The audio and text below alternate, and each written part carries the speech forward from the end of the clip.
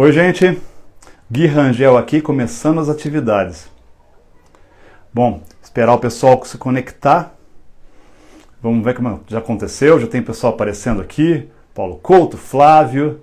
Vamos esperar ter um pouquinho de audiência para poder falar algumas mensagens mais abrangentes. Então, queria agradecer ao pessoal da Mercas pela grande oportunidade de poder falar de futuro, que é minha grande paixão e minha profissão. Assim, fica mais fácil quando você ama aquilo que você faz e quando está sempre mudando o que você faz, que o futuro é cheio de possibilidades extraordinárias. Fala, Paulo! Grande DJ Volpe, Ariel, meu sponsor assim, desse grande momento, figura extraordinária. Então queria agradecer a Mercas, aí eu espero um pessoal, mais um pouquinho de gente entrar para poder passar umas mensagens. Deixa eu começar aqui, só um segundinho, já volto, gente, só aqui, lá. Então, começando as atividades. Opa, Alcenir aqui entrando também. Bom, amigos, queria agradecer a Mercas por essa oportunidade extraordinária. A Mercas que está trazendo uma série de ações aí voltadas para impacto social, que é tão importante nesse momento que nós vivemos. Eu acho que fora do período de pandemia já é uma necessidade extraordinária, assim, que a gente se conecte com a sociedade de uma forma mais profunda, nós que podemos gerar valor. E nesse momento ainda mais crítico de transformação tão extraordinária, é uma hora em que a gente precisa se conectar com o ser humano, transcender esses nossos espaços fechados que a pandemia criou e estender nossos braços, nossas capacidades, nossas ideias, nossos corações para tocar os espíritos, as mentes das pessoas que estão ao nosso redor. Então, vamos começar aqui nossa jornada para o futuro, uma breve jornada com algumas ideias, muitas provocações, espero que muitas inspirações para vocês que estão aqui comigo. Bom, começando essa jornada, você, meu espectador, você está fazendo finalmente aquela trilha que você tanto queria fazer na Nova Zelândia, a trilha que é considerada a mais bonita do mundo, a trilha de Milford Sound. Você está andando há 4, 5 dias, acho que esse é o 6º dia, hora de acordar. Perfeito, começamos as atividades, você toma café da manhã e está na hora de trabalhar. Puxa, hora de pegar e começar o trabalho. Puxa, no meio daquele lugar maravilhoso, fiordes ao seu lado, um verde estonteante, você coloca suas luvas hápticas que vão ajudar você a sentir o mundo virtual como se fosse o mundo físico. Prepara seus óculos de realidade virtual, que são quase tão pequenos quanto esses óculos que eu estou usando. Coloca eles e você é quase que magicamente transportado para uma realidade indistinguível do mundo físico. Você está no seu escritório. Lugar maravilhoso, com uma mesa que você escolheu numa loja virtual que foi entregue recentemente.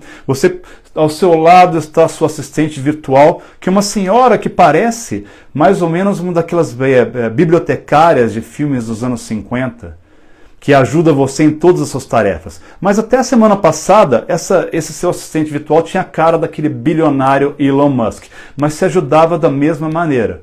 Você passa as atividades do dia com ela, você vê o que tem para ser feito, você passa algumas coisas para ela fazer, pesquisas, algumas atividades que são interessantes para poder acelerar o seu dia de trabalho, e é a hora da primeira reunião do dia.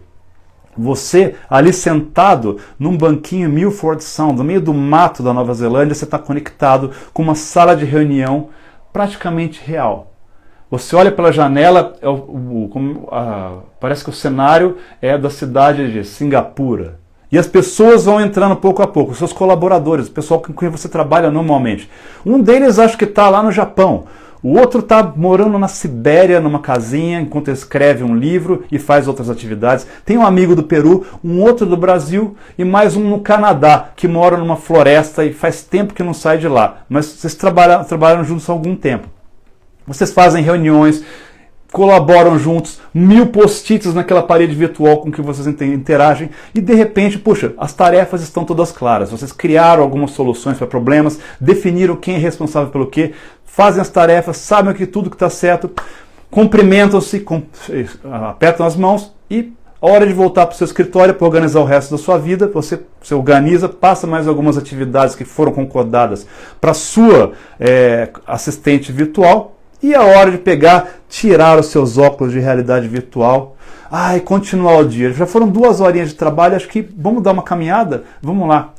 6 horas de caminhada, hora de dar uma descansada, hora de montar o acampamento. Você senta, prepara tudo, coloca seus óculos de realidade virtual, termina, responde algumas mensagens, faz algumas atividades e você está pronto para o dia seguinte.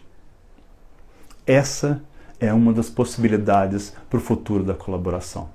Não só uma possibilidade, é algo que está se tornando cada vez mais provável no mundo em que vivemos. E o que eu vou fazer agora é levar vocês numa pequena jornada no que está acontecendo e como essas coisas trabalhando juntos, como essas tendências vão ajudar a moldar o futuro que tem na nossa frente, o futuro dos 50 tons de colaboração. Para começar, queria me apresentar. Meu nome é Gui Rangel e eu sou um futurista. Alguns de vocês devem estar familiarizados com a ideia do que faz um futurista, mas deixa eu explicar um pouquinho para quem não conhece. Bom, a minha definição favorita de futurismo é aquela disciplina que explora, mapeia, decodifica e ajuda a nos preparar e acelerar futuros possíveis e desejáveis. A ideia é olhar o que está acontecendo no mundo da ciência, no mundo da tecnologia, da inovação e entender como essas coisas todas podem afetar a vida das pessoas, das organizações e da sociedade como um todo. E ajudá-las a se preparar para essas situações e criar ações que levem elas a futuros desejáveis. Ou seja, é um trabalho muito excitante, especialmente no momento que a gente está vivendo. Um momento que a gente chama, que é a inspiração do nome dessa palestra que eu estou dando, que eu falo dos 50 tons da colaboração, mas isso vem de uma ideia anterior, que é a ideia de que o mundo não é homogêneo, o futuro ainda menos. É o que eu chamo da ideia dos 50 tons do futuro. A ideia de que o futuro se manifesta de maneira diferente em lugares diferentes. Quando a gente olha para o futuro, nós, habitantes da Avenida Faria Lima de São Paulo, a gente olha para o Vale do Silício e fala, esse é o futuro que nós temos pela frente, isso que vai acontecer, tal coisa vamos ter carros voadores, veículos autônomos nos levando para todos os lugares, drones fazendo as entregas, o dinheiro vai desaparecer, iremos colonizar Marte. Essa é uma ideia do futuro. Mas se você pensar em todas as nuances que o futuro pode ter, para um outro lado do planeta, para uma outra parte da humanidade, às vezes o futuro pode ser ter saneamento básico, ter acesso à educação básica. Ou seja, dentro desse nosso pálido ponto azul, todos os tipos de futuro habitam. E é importante para nós, como futuristas, e como pessoas que habitam esse planeta, entender que existe uma multiplicidade de ideias à frente da gente. Mas o que acontece? Esse conceito ele já é muito intenso numa situação normal. Quando a gente vive um momento de crise, como aquele que a gente está vivendo agora, esse processo ainda é mais acelerado. Existe uma aceleração da aceleração. A gente vive hoje uma realidade que os estudiosos gostam de chamar de VUCA, que se popularizou muito recentemente. O VUCA é um conceito que foi desenvolvido nas escolas de administração americanas no final dos anos 80 e abraçados pelo exército, pelas Forças Armadas Americanas para entender o mundo que iria emergir depois da Guerra Fria. É um mundo que eles imaginavam que depois da Guerra Fria, quando uma superpotência desaparecesse, toda aquela complexidade começasse, o VUCA era uma sigla que significa volátil, incerto, complexo e ambíguo, em inglês. E isso servia para definir aquela realidade em que as pessoas estavam naquele momento. O VUCA se popularizou para o mundo como um todo à medida que essa complexidade, essa incerteza, essa ambiguidade toda foi virando parte da nossa realidade. E antes mesmo de começar esse processo da pandemia que pegou e colocou todas as estruturas de cabeça para baixo, o VUCA já era parte do nosso lexicon. Hoje faz parte da realidade de cada um de nós. Tudo muda cada vez mais rápido, de forma cada vez mais intensa.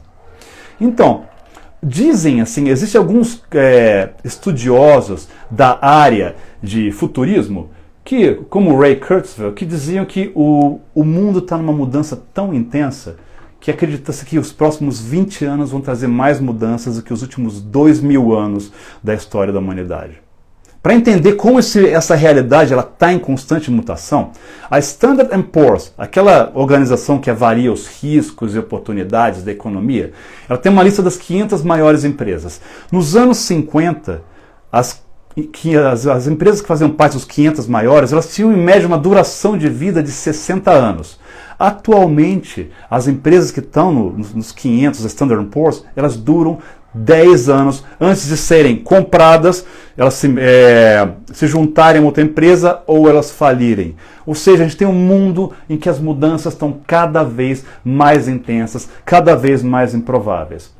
Mas como a gente está falando de trabalho, como os 50 tons do futuro se manifestam? Agora falando 50 tons da colaboração. Ou seja, como nós como indivíduos conseguimos colaborar com as organizações e como as organizações entendem que essa colaboração vai se manifestar de maneiras múltiplas, com desafios diferentes para cada um de nós. Para ter uma ideia de como esse processo varia, a Fortune 500, ela entrevistou 500 os 500 CEOs das maiores empresas para entender como as suas empresas iriam se preparar para essas mudanças. Quando as pessoas voltariam à normalidade. Melhor do que isso, quando 90% da força de trabalho iria voltar para os seus postos, para o velho normal que a gente gosta de falar. 38% dos CEOs disseram que em junho de 2021 eles voltariam. 27,4% dos CEOs disseram que agora em setembro eles voltariam. E 26% dos CEOs eles chegaram à conclusão de que o trabalho remoto seria um processo permanente para suas empresas. Vocês percebem? Todas essas coisas estão acontecendo agora, desde o mais extremo, que é se tornar absolutamente remoto, até uma volta precoce aos métodos de trabalho do normal. Mas o normal já mudado, um normal mais transformado. Mas o que a gente vê agora, nesse processo em que está acontecendo, no que a gente se transforma nesse mundo dos 50 tons da colaboração? A gente tem hoje, vamos dizer que são 3 empresas, nesse processo de reinvenção e adaptação dessa nova sociedade que está sendo transformada pela pandemia, pelos processos de mudança trazidos pela tecnologia, mudanças sociais e tudo mais. Existem 3 tipos de empresas. Existem aquelas que são eminentemente analógicas, que têm uma resistência muito grande à mudança. Existem aquelas que tentam trazer os processos digitais, a inovação para o seu dia a dia, para entender como as coisas vão se manifestar. E existem aquelas que conseguem criar, já são naturalmente digitais, ou aquelas que pegam e migram para experiências eminentemente digitais. Deixa eu contar um pouco para vocês como isso pode acontecer dentro de uma empresa. Vamos dizer que você tem uma loja de sapatos, tá? Você quer pegar e transformá-la em algo adaptado aos novos mundos. Você não consegue mais abrir sua loja física. Certo? O que você vai fazer? Vamos pegar e ir para o mundo digital, vamos vender sapatos. O que você faz? Você cria uma experiência chamada digitalizada. O que é isso? Você tenta representar aquela experiência que é reconhecível dentro do ambiente digital. Ah, legal, então vamos pegar agora, vamos colocar os nossos sapatos todos lá, você poder escolher, você pega o seu tamanho, tudo, você escolhe, põe na sua cestinha, uma coisa análoga à sua experiência tradicional, e depois você pega, paga com o seu cartão de crédito e recebe ela lindamente na sua casa. Essa é a experiência digitalizada. Muitas empresas criaram experiências como essas no processo. Certo, mas como seria a experiência digital? Como você traria algo inovador para isso, que não fosse simplesmente uma representação daquilo que é conhecido? Bom, que tal se ao invés de simplesmente reproduzir a loja dentro disso, a gente pudesse criar um aplicativo? O aplicativo vai pegar, você vai usar esse aplicativo para escanear o seu pé. Vai escanear as dimensões perfeitas e a partir daí desenhar um sapato que vai ser perfeito para você. Você escolhe todos os detalhes, ele vai ser criado para você e vai ser impresso numa impressora 3D e entregue na sua casa. Aí sim está criando algo que é absolutamente digitalizado. Ou seja, o que a gente tem no mundo atualmente são todos esses espectros, desde a experiência tradicional até a experiência totalmente digital, que não precisa ser necessariamente criada dessa maneira. Esse processo de transformação, de ruptura, ele pode trazer dentro de si essa ideia.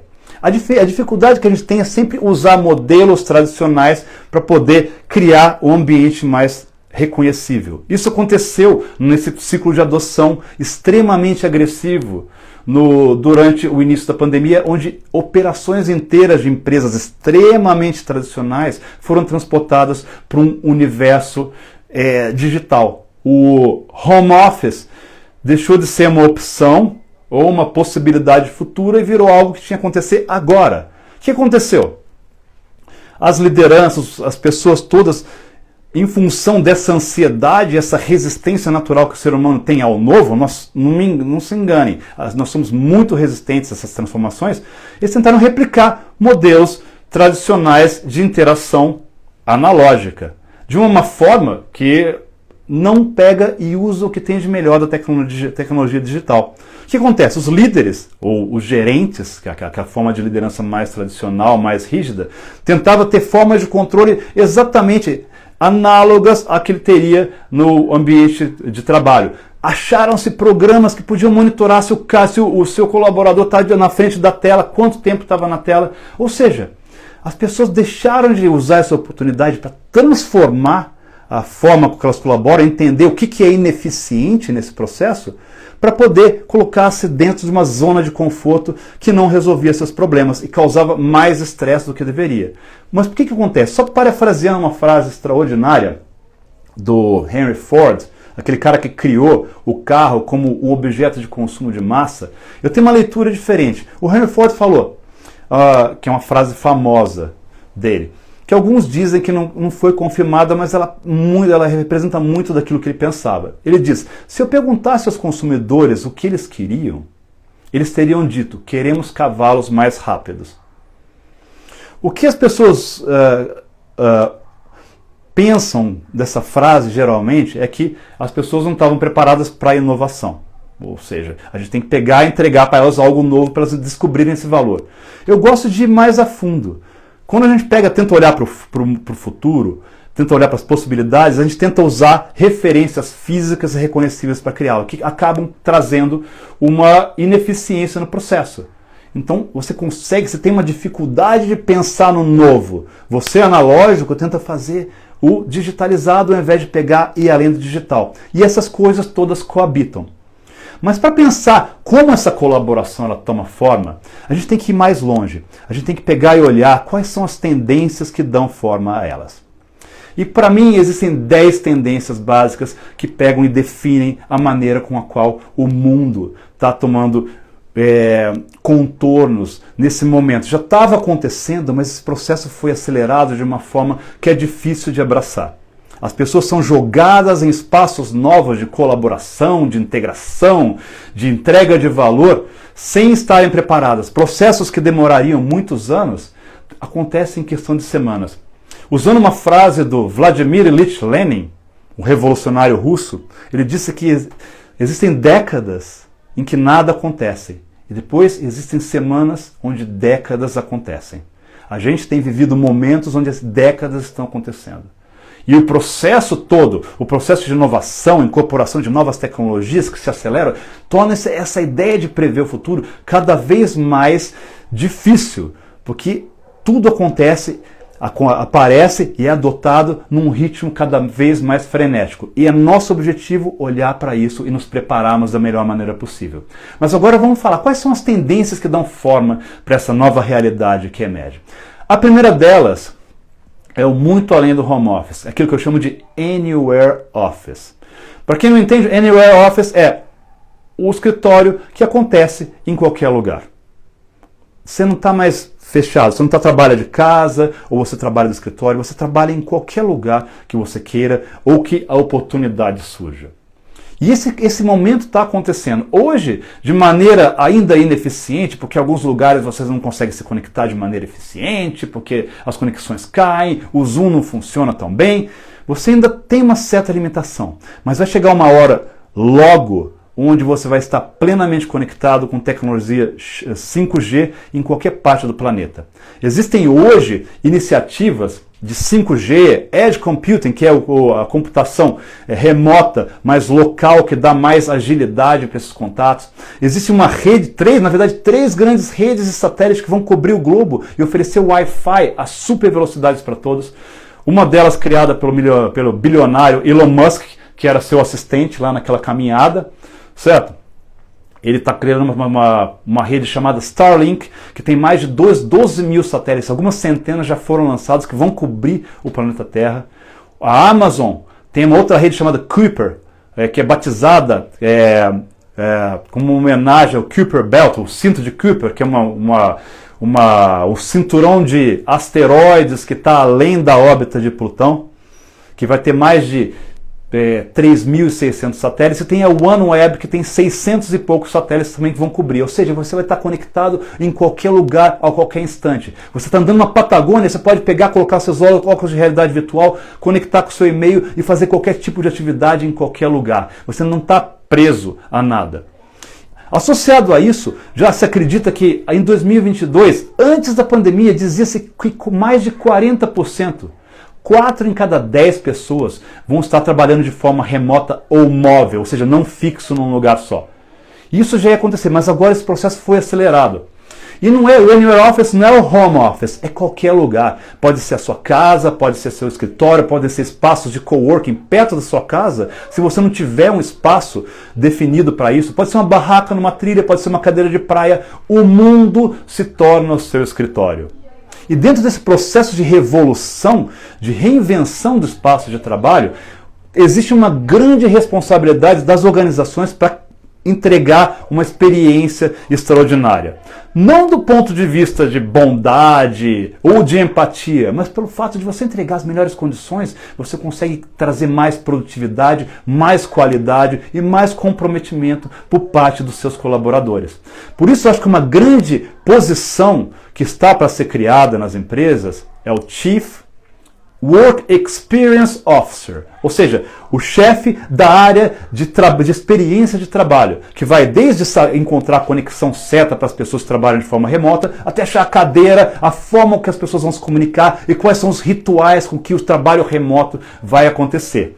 Usando sempre ferramentas que estão em constante mudança. Vocês já pensaram o que teria acontecido se essa pandemia tivesse tomado forma 10 anos atrás, sem Zoom, sem Skype, sem nenhuma forma de conexão, sem forma de colaboração como Miro, Mural, coisas assim, sem Slack para as pessoas que estão trabalhando? Seria um pesadelo. Mas, felizmente, a gente está num momento de desenvolvimento, mas esses instrumentos em desenvolvimento, eles conseguem dar conta do recado. Então, a ideia hoje, então a gente vai para a tendência número 2. Você transforma a forma com que você se relaciona com o espaço de trabalho, mas esse aqui você vai. Para você entender como isso vai funcionar, já que você não está com uma presença física constante, e como a gente está falando de 50 tons, existem desde as empresas que vão precisar da presença física da pessoa o tempo todo, até pessoas que vão empresas que vão precisar de uma colaboração completamente remota. Então temos todas as nuances nesse processo. Mas uma coisa que é essencial dentro desse contexto é a segunda tendência, que é a mudança do valor contra o timesheet. O timesheet, para quem não conhece, é uma forma de análise de horas gastas no trabalho. É uma forma também de controle, assim como o ponto costumava ser nas empresas mais antigas, que está presente em alguns. Se você realmente fez, quantas horas você gastou. A nova economia, a nova forma da colaboração foca na entrega de valor ao invés do tempo que você passou dentro do espaço físico associado a uma organização.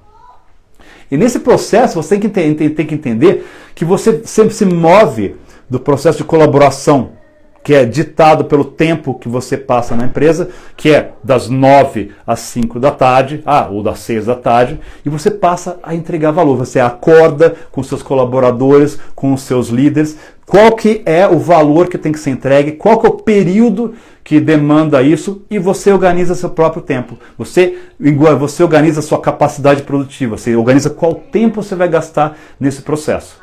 Aí você entrega nessa história uma organização diferenciada da sua vida. Você pode trabalhar durante a manhã, parar ainda um pouco antes do almoço, vai para a academia, se envolve nas atividades dos seus filhos, volta, trabalha um pouco à noite. Você se organiza de acordo com o seu ritmo. E já que as pessoas foram criadas de formas e maneiras diferentes, pensam de maneira diferente, operam de maneira diferente, você consegue se adequar ao seu ritmo e você se encontra esse seu equilíbrio, junto também com as necessidades das organizações da qual você faz parte.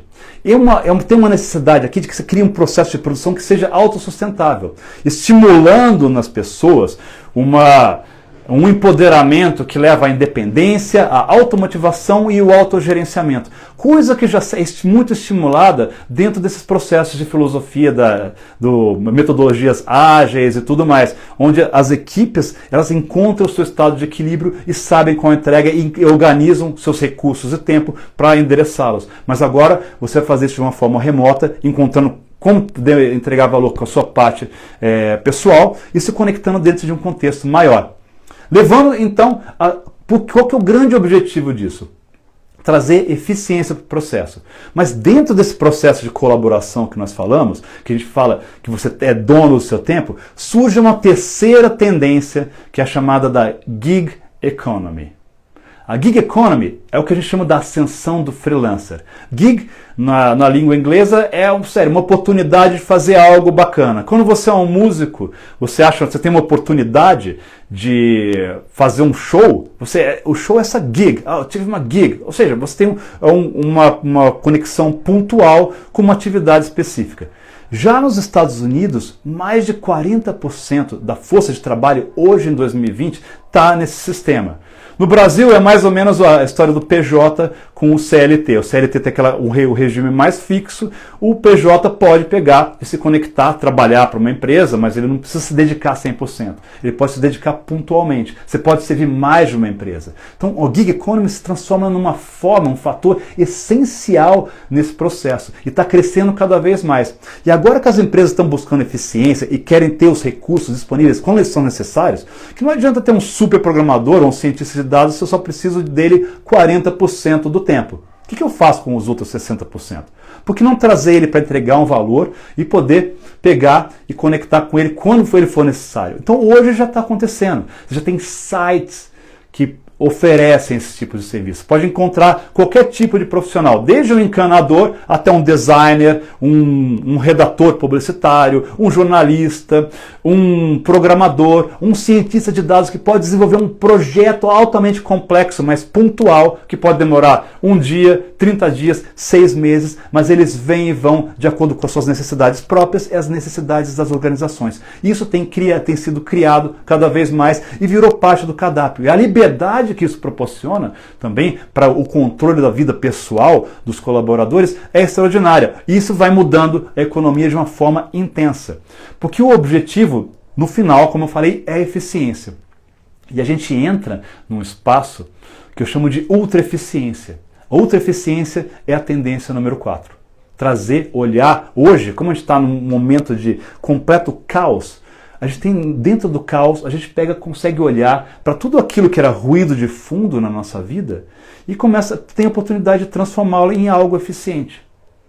Pera um pouco, tem sentido ainda? E a outra eficiência significa olhar para toda a sua operação de uma forma holística e perceber quais são os focos de ineficiência. Qual que é o coração da minha operação? O que eu posso trazer? Será que eu posso trazer hoje uma startup para cuidar da minha contabilidade? A minha logística pode ser terceirizada? Qual que é o coração? O que eu posso fazer para tornar meu processo mais eficiente? Como eu encontro isso?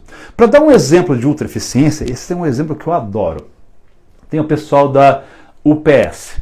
A UPS ela é uma empresa que é do mesmo tipo da FedEx. Eles entregam pacotes, essencialmente. O que a UPS fez? Então eles têm caminhões para todos os lados que entregam pacotes. Os caras fizeram uma análise profunda, usando uma série de métodos assim, extraordinários, entenderam que, poxa, os caminhões da UPS, se eles não virarem à esquerda, eles ganham eficiência. Por quê? Quando você está andando numa rua, você tem que virar, tem que esperar o trânsito passar todo para poder entrar. Certo? Então você toma um tempo. Fora isso, existia uma grande chance de um acidente acontecer por conta de uma distração do motorista que está vindo ou do seu próprio motorista. Então eles decidiram que as rotas de entrega, que eram determinadas por um software, elas iam evitar completamente fazer viradas à esquerda. Então eles reduziram o número de curvas à esquerda para 10% apenas de todos os roteiros que os caminhões da UPS fazem. E o que eles conseguiram com isso? Olha, vou ler os números para você, que são os números impressionantes. Eles começaram a gastar 40 milhões de galões, 40 milhões de litros de gasolina a menos anualmente. Emitir 20 mil toneladas a menos de dióxido de carbono, que causam as mudanças climáticas. passaram a entregar 350 mil pacotes a mais por ano e conseguiram diminuir o número de caminhões em 1.100, apesar deles às vezes fazerem rotas um pouco mais longas. Isso é ultra eficiência. E muitas vezes, dentro do nosso mundo, cheio de paradigmas que nos definem como indivíduos, mas que não fazem mais sentido, eles são aparentemente contra-intuitivos, mas precisam ser analisados. Então que você olha para isso e fala, como eu consigo trazer mais eficiência? Usando como exemplo novamente a ideia do trabalho remoto, trabalhar em casa. Eu estava fazendo um cálculo mais ou menos, que se você passa 1 hora no carro por dia, quando você fosse se aposentar aos 35 anos, teria passado mais de 1 ano, 1,2 anos dentro de um carro. É isso, dentro do carro, 24 horas por dia, 7 dias por semana, não são apenas o seu período acordado. Então você joga mais de 1 ano da sua vida dentro do carro. Mas vamos dizer, se você é um sortudo aqui em São Paulo, você passa só 1 hora em deslocamento entre a sua casa e o trabalho, e depois do trabalho para casa, 1 hora só. A cada 8 dias, você vai jogar fora 1 dia de trabalho. Se você incorporar o trabalho remoto, ou seja, trabalhar mais perto da sua casa, evitar o trânsito, diminuir o número de aparições no seu escritório, talvez você consiga transformar essas muitas horas que se perdem, meses ao final de 1 ano, em valor para a sua vida, valor para o seu trabalho. Você pode controlar um pouco melhor. Isso é ultra eficiência.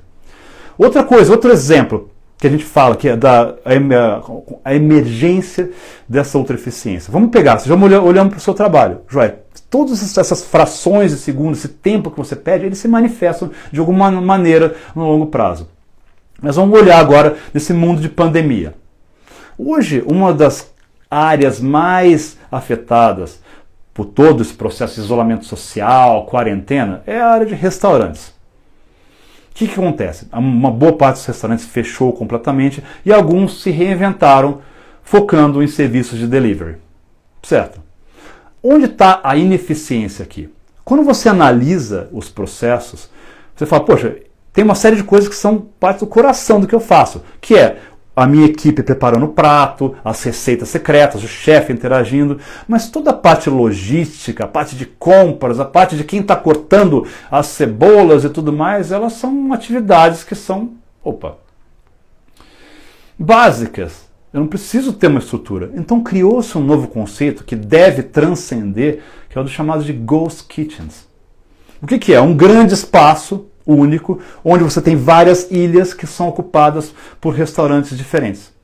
Então, o que eles têm lá é a finalização. Todo o processo logístico, toda a parte básica, ela é compartilhada. Você traz um poder de negociação maior, um processo muito mais dinâmico, e você deixa com que essas cozinhas, esses chefs, foquem só no estágio do trabalho que é essencial para a entrega de valor.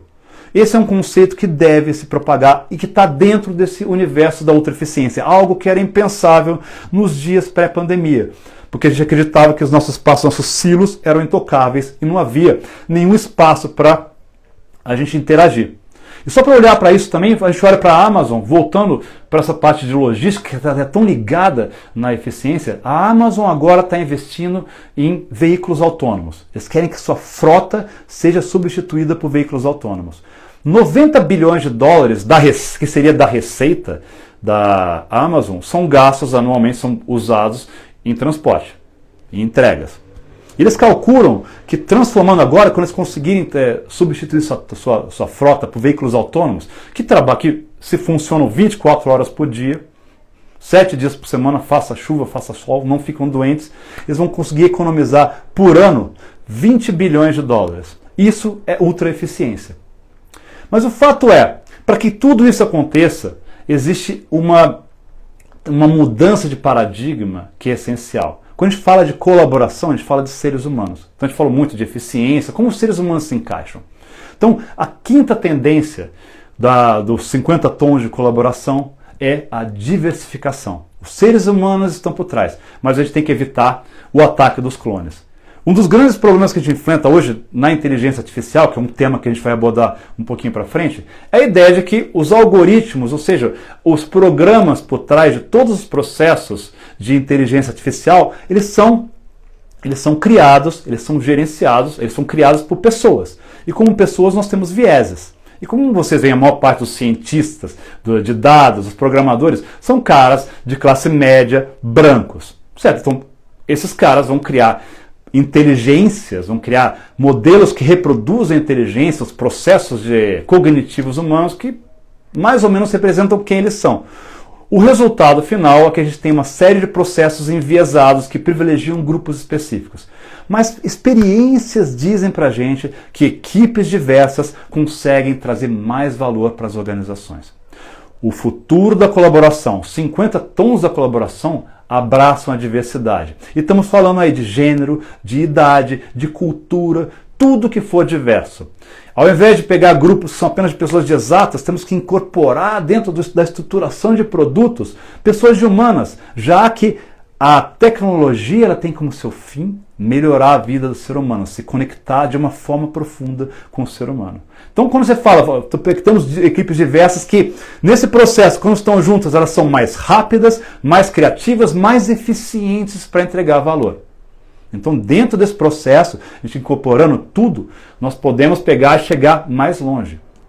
E mais do que isso, dentro dessa história, ao invés de ter apenas cientistas de dados que constroem programas que simulam nossos processos cognitivos, por que não incorporar pessoas que entendem pessoas, como antropólogos, sociólogos, psicólogos, que vão dar uma profundidade e uma humanidade maior nesses processos tão invasivos que vão transcender a nossa existência. Porque isso leva a um ponto que é essencial, que é a próxima tendência, que eu chamo de desmaterialização. O que está acontecendo? Quando a gente fala de realidade virtual, todas essas transformações as quais a gente tem vivido e sentido, significa que está sendo transportado por algo que não é físico, não é palpável, mas é sentido. Então hoje o que está acontecendo é que a realidade virtual, que era sempre uma possibilidade do ano que vem, aí chegava o ano que vem, era para o ano que vem. Ela está se tornando uma grande possibilidade transformativa real.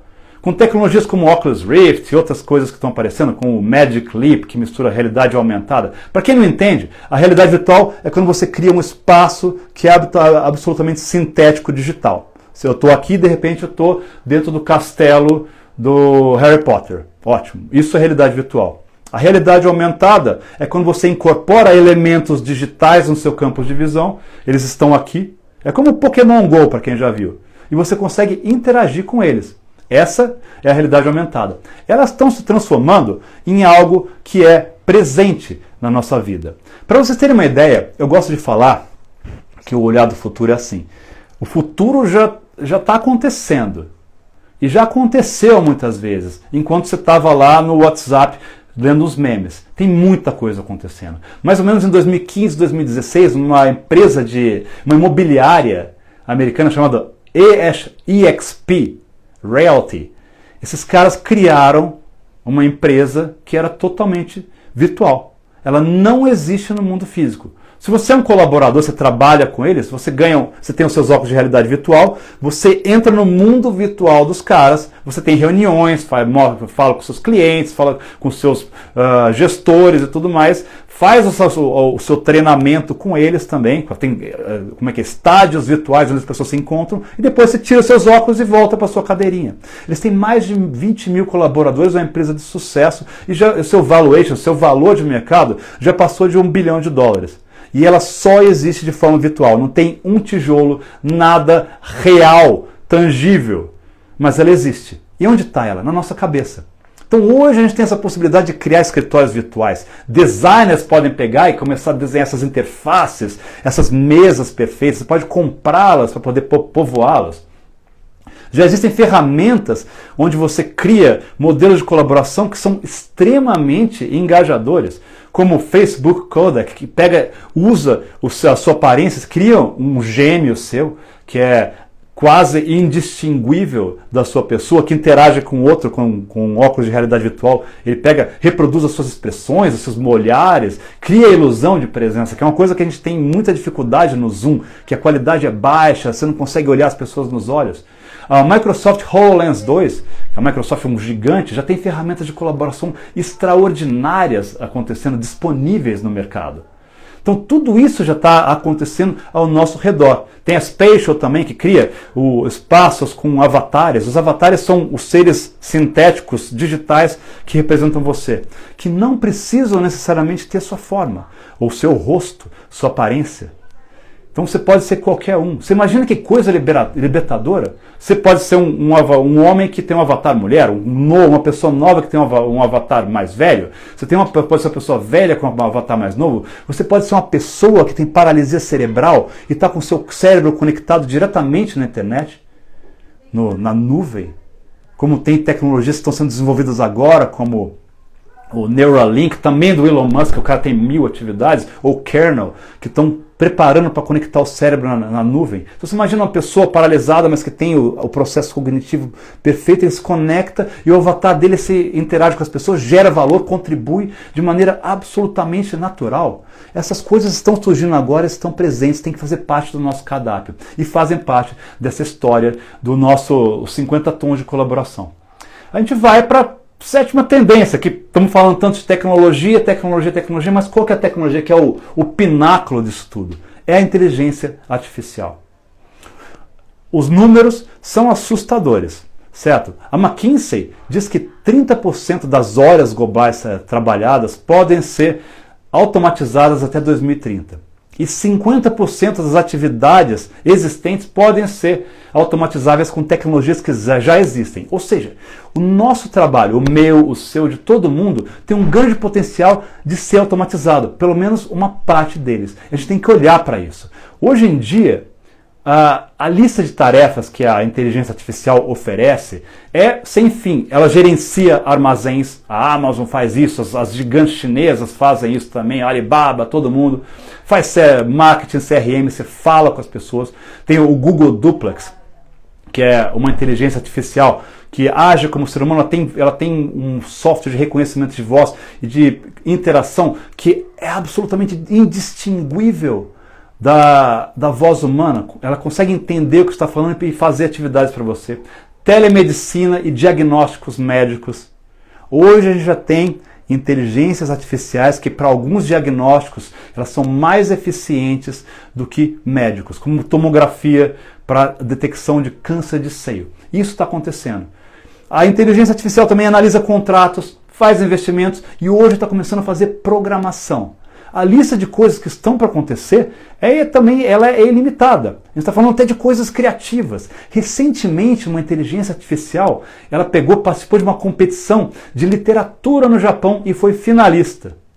Mas o que acontece, mais do que uma ameaça, fala-se que a inteligência artificial e todos os processos que vão ser influenciados por ela podem trazer mais de 11 trilhões de dólares para a economia mundial nos próximos 10 anos. E mais do que isso, ao invés de olhar como uma ameaça, temos que olhar como uma forma de colaboração. Temos que olhar como uma coisa complementar às nossas atividades, porque ela automatiza aquilo que não é humano. E liberta a humanidade para fazer aquilo que deveria fazer sempre, que é ser humana. Então, essa ideia, ela vai colaborar com a gente para trazer mais valor. Isso a gente chega nesse processo de transformação, você vê que está causando uma disrupção atrás de disrupção. O que acontece? A gente tem que reinventar os empregos. Então essa é a tendência número 8, a reinvenção dos empregos. Então, tem uma história que eu contei, eu estava dando aula um outro dia, para um pessoal que está, uma turma de tecnologia de uma universidade aqui de São Paulo. Foi uma piada, mas depois que eu contei a piada, eu falei, puxa, isso aqui não está muito longe da verdade. O que eu falei? Falei, galera, quando vocês terminarem esse curso, metade das coisas que vocês aprenderam vai estar desatualizada. Aí eu pensei, a outra metade já estava desatualizada quando vocês começaram o curso. Era para ser uma piada, mas com o ritmo de mudanças, a educação não acompanha isso. Nossos empregos estão sendo reinventados. Os empregos do futuro, aqueles grandes empregos, ainda nem foram criados. Os únicos empregos que não correm o risco de ficarem obsoletos são aqueles que ainda não foram inventados. As crianças de hoje, calcula-se, se a gente não pensar sobre longevidade. Gente, que longevidade é um dos meus temas favoritos, era para ser uma live separada. Imortalidade, ampliação das capacidades humanas, tudo isso eu sou apaixonado. Então nem está pensando a gente viver 150 anos. As crianças de hoje vão viver até os seus 90, 100 anos, tá? Tranquilo. Eles calculam que elas vão ter mais de 40 empregos diferentes, trabalhos durante a vida e mais de 10 carreiras diferentes. Então, e hoje em dia, assim, dos 6 empregos mais procurados, dos 10 empregos mais procurados, 10 não existiam anos atrás. Então o emprego está sendo reinventado, as carreiras estão sendo reinventadas. E para isso entra nova tendência, já que está tudo mudando, novas tecnologias estão sendo adotadas, pessoas para lidarem com essas tecnologias, engenheiros de inteligência artificial, psicólogos de robôs, pessoas que vão lidar com o genoma humano, que vão criar comida artificial. Todas essas coisas estão acontecendo ao mesmo tempo e precisam de seres humanos para poderem idealizar. Não aquelas pessoas que vão bater martelo ou que vão fazer atividades como Charlie Chaplin fazia lá nos tempos modernos, as pessoas que consigam usar sua humanidade para pensar maior e transformar a tecnologia em algo que seja voltada para a nossa humanidade. Mas para isso a gente precisa ensinar as pessoas. Aí vem a tendência número 9, que é o que chamo de neoeducação, a reinvenção da educação. Então, para isso, eu peço agora para não ser original. Então, só vou citar uma pessoa que, olha, 11 em cada 10 futuristas citam essa mesma frase. E 10 em cada 10 palestrantes também citam. Mas ela é tão fundamental que eu preciso falar. E ela vem de um futurólogo, ele nem era futurista, na época chamava futurólogo. Alvin Toffler, um cara dos anos 70, que escreveu 2 grandes livros, que eu me lembro agora, escreveu bem mais, mas O Choque do Futuro e A Terceira Onda, que me influenciaram grandemente. Mas ele falou o seguinte, e você já deve ter ouvido isso, mas lembre-se disso, que é essencial para a educação moderna. O analfabeto do futuro não é aquele que não sabe ler ou escrever, mas aquele que não sabe aprender, não sabe desaprender e não sabe reaprender. Isso é fundamental na nossa realidade. A ideia de que a gente tem que pegar e se abraçar o mundo. E veja quais são os desafios, galera. A gente fala de profissões do futuro, deixa eu mostrar um retrato do que é o Brasil para vocês. Quais são os desafios que a nossa educação, nossa capacitação vive. Olha, recentemente teve um feirão do emprego, antes da pandemia. Parece recente que a gente está nesse meio-dia da marmota, essa coisa interminável. A gente não perde um pouco dessa noção cronológica. Viramos seres assíncronos. Mas fizeram um feirão do emprego. Atento que a maior empregadora do Brasil, ela disponibilizou 1.200 vagas para telemarketing, que é um emprego de entrada. Conseguiram contratar apenas 8 pessoas. O Grupo Pão de Açúcar tinha 2.000 vagas disponíveis. Eles contrataram 32 pessoas. Tinha 2.000 vagas de caixa de supermercado. Conseguiram contratar só metade das pessoas. O que a gente vê aqui é que o nosso desafio, dentro desse contexto dos 50 tons de colaboração, é trazer uma massa de pessoas que não estão nem incluídas no nosso presente, quanto mais no futuro. Então, como pessoas, como organizações, como sociedade, a gente tem que entender essa necessidade e recriar. E a gente tem uma capacidade hoje de transformar a educação, democratizar de uma maneira impensável para os tempos antigos. Hoje, com o celular, você tem acesso a todo o conhecimento humano. Um garoto na África, lá no, sei lá, em Guiné-Bissau, ele tem acesso à biblioteca do Congresso americano, ele consegue aprender qualquer coisa. É fantástico isso. Mas a gente continua preso a modelos de educação que foram criados no século XIX, um reflexo da Revolução Industrial. Um modelo prussiano do final do século XIX que continua sendo replicado. Nós somos colocados numa linha de montagem. E o que acontece quando você termina a sua faculdade? Você se forma, você toma forma, você é um ser final, sua formação. E a partir daí você incorpora algumas coisas, mas você é um advogado, você é um psicólogo. O profissional do futuro ele não é mais definido por isso, ele é um ser em constante mudança. E a educação pode refletir isso, ela pode endereçar esse processo que eles chamam de lifelong learning, que é o aprendizado contínuo que dura a vida inteira. Nós somos constantemente transformados, as micro graduações, você sempre vai adicionando novas funcionalidades de acordo com os seus interesses, de acordo também com as necessidades do planeta. E outra coisa, uma personalização da educação, que é extraordinária, que é oferecida pela tecnologia, inteligência artificial, métodos, acesso a dados, entender o ser humano de uma maneira profunda e transformativa. Isso é fundamental para esse momento. A gente consegue endereçar a sua forma de aprender e o seu jeito, seu interesse no mundo. Esse é o mundo da neoeducação. Mas tudo leva a gente para o momento final.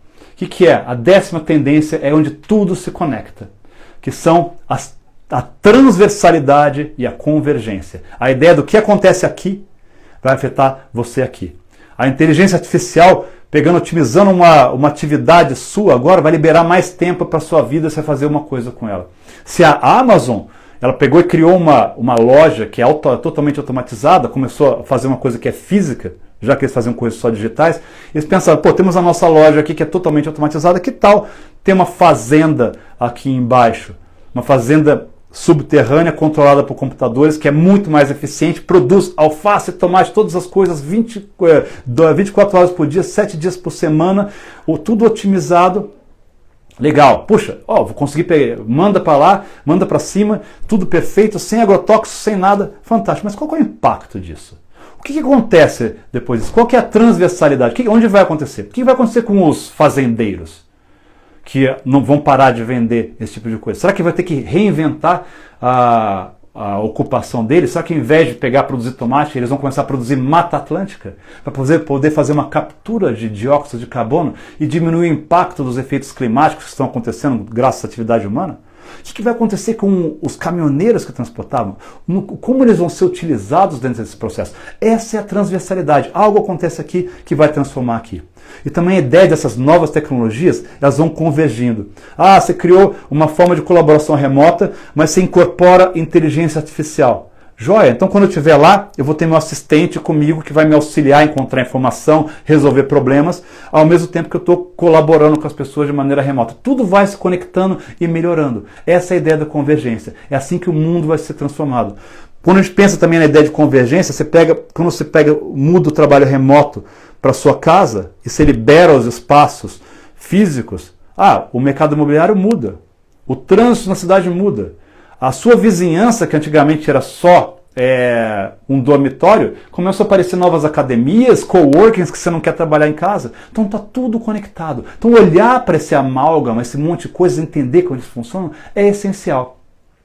Porque a ideia é a seguinte, gente. Terminando as tendências, chegamos nós. E o centro disso tudo somos nós. E eu gosto de falar que se alguma coisa permanecer dessa conversa, a ideia para mim é que todos nós temos que nos transformar em futuristas. A ideia de contemplar o futuro, de ficar maravilhado com as possibilidades, não é o suficiente. Temos que nos tornar protagonistas dessa história. Vivemos um momento extraordinário, sem paralelo na história humana.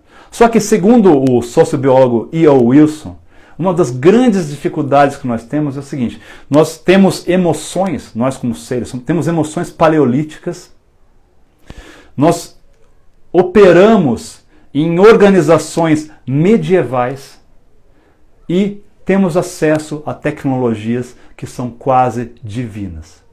Então, dentro desse contexto, o que é a crise que a gente vive? Essa grande oportunidade de transformação, de olhar para o interior, olhar para os nossos lados e refletir sobre o que está acontecendo, e entender esse universo de possibilidades que estão ao nosso redor, como eles podem se direcionar e criar um caminho para esse futuro, que a melhor maneira de prever o futuro é criá-lo. Então esse protagonismo, essa ideia de nos transformarmos em agentes de mudança, agentes de transformação, ela é fundamental na nossa jornada. Que ela seja extraordinária. Obrigado. Estou aqui aberto para perguntas, vou voltar aqui e ver se eu posso respondê-las. Fantástico estar aqui com vocês. Deixa eu voltar um pouquinho. Vamos lá. Pessoal, obrigado, gente. Vamos ver minha cara um pouco mais perto aqui. Fiz a apresentação em pé porque eu tenho energia demais para ficar sentado. Então eu fico parecendo um João bobo assim enquanto eu apresento. É muito melhor em movimento. Deixa eu ver aqui. Então, perguntas aqui, muito bacana. Ariel, para você, equipe da Mercas, Muito obrigado aí pela oportunidade, aí vocês estão fazendo um trabalho extraordinário nessa parte de impacto social, muitas iniciativas. Algumas semanas atrás eu dei uma palestra, fiz uma apresentação no Mature Fest, e a Mature Jobs foi acelerada pela Mercas, pessoal sensacional, com propósito, essa ideia de inclusão, que eu falo que uma das grandes contradições, eu vi em algum lugar, é que as mesmas pessoas que falam que você vai ter que trabalhar até os 70 anos são aquelas que não contratam você depois dos 50. Então a Mature está empoderando as pessoas, ajudando, e é um pessoal que é cria da Mercas, muito bacana. Olha só, a Monsanto, Rafael Monsanto aqui, para plantar em vegetação para capturar carbono teria que existir um forte incentivo econômico, é verdade. Nada acontece de maneira espontânea, a gente tem que ser agente, tem que criar algo. E às vezes o pânico, eu falo que o ser humano é muito apático antes do circo pegar fogo. Quando o circo pegar fogo, você vê o melhor e o pior do ser humano. Quando o Titanic estava se engrando, todo mundo estava curtindo. Quando ele começou a afundar, você via gente chutando os outros, mas você via bilionários da época dando seus lugares para mulheres e crianças da terceira classe. Então o ser humano tem dentro de si essa capacidade transformadora. Eu tenho uma grande fé nessa possibilidade. Vamos ver aqui.